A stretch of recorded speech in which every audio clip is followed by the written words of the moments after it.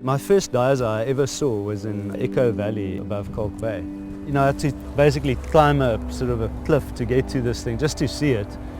You used to talk to people about, have you seen that specific one in Echo Valley? And people go, that one could not have occurred there naturally. That one was placed there by somebody.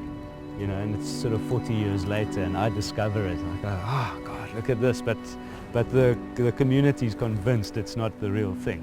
But it's still amazing.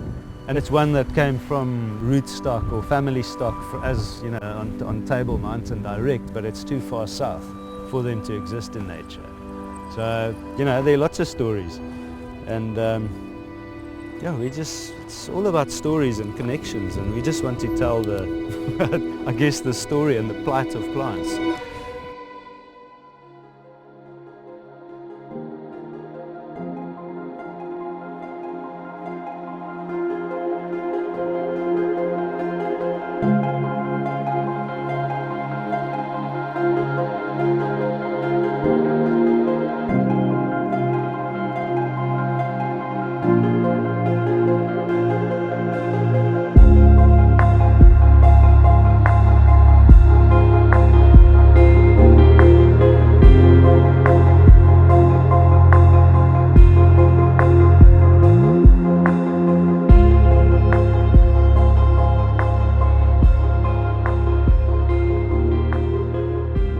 Ellerman House is way more than a hotel. It's a place where, for us as staff, one gets to know one's guests and form long-term friendships with our guests. Paul Harris, our owner, has been passionate about South Africa and South African art.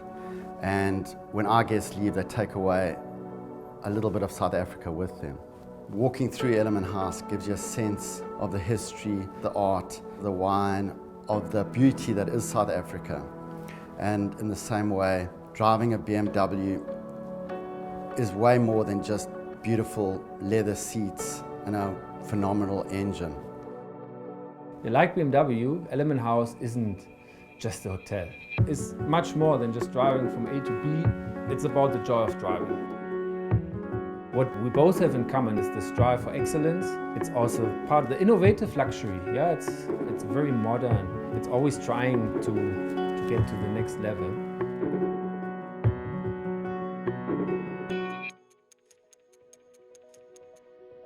The Ellerman House art collection is probably the only private art collection, even public art collection in South Africa, where you can see work from the modernist period right up to the postmodernist period in one space. When we started with the project, we thought of identifying an artist, and naturally it had to be a contemporary artist. Now we've got about 150 contemporary artists represented in this collection. So it gave us quite a choice. In 2014, I think it was the first time that I interacted with Ellerman House. The piece I worked on was the Pinotage vine, which is in the wine gallery. The Pinotage vine was actually designed by the artist Rina Stutzer.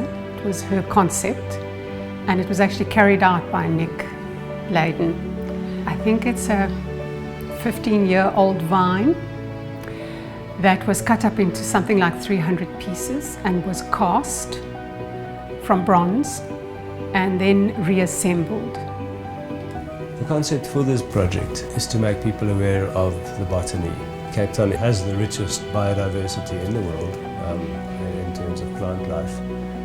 This is just a place where I can manifest it in an interesting environment. Nic knows how to select his material to make it an artwork. Not everybody can choose what he chooses, and that's what makes him an artist. It's not just because he's technically good at what he does.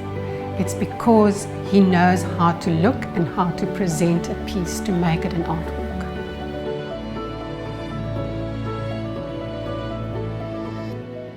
I think the thing that really sparked the plant part was I was looking for another flower to do this with, to do a similar project with. And I was sort of focused on the Polygala myrtifolia flower because it was such a beautiful, it's from the pea family, it was such a a beautiful, I don't know, animal-like flower. And I went down to the beach, at Dangerous Beach, one morning, and I walked around this shrub with, you know, hundreds of these flowers on it. And I actually, as the sun rose, I actually saw a flower open up. Like as the sun hit it, the flower there was like a moment where it opened up and these petals slowly opened up. And that really sparked my imagination.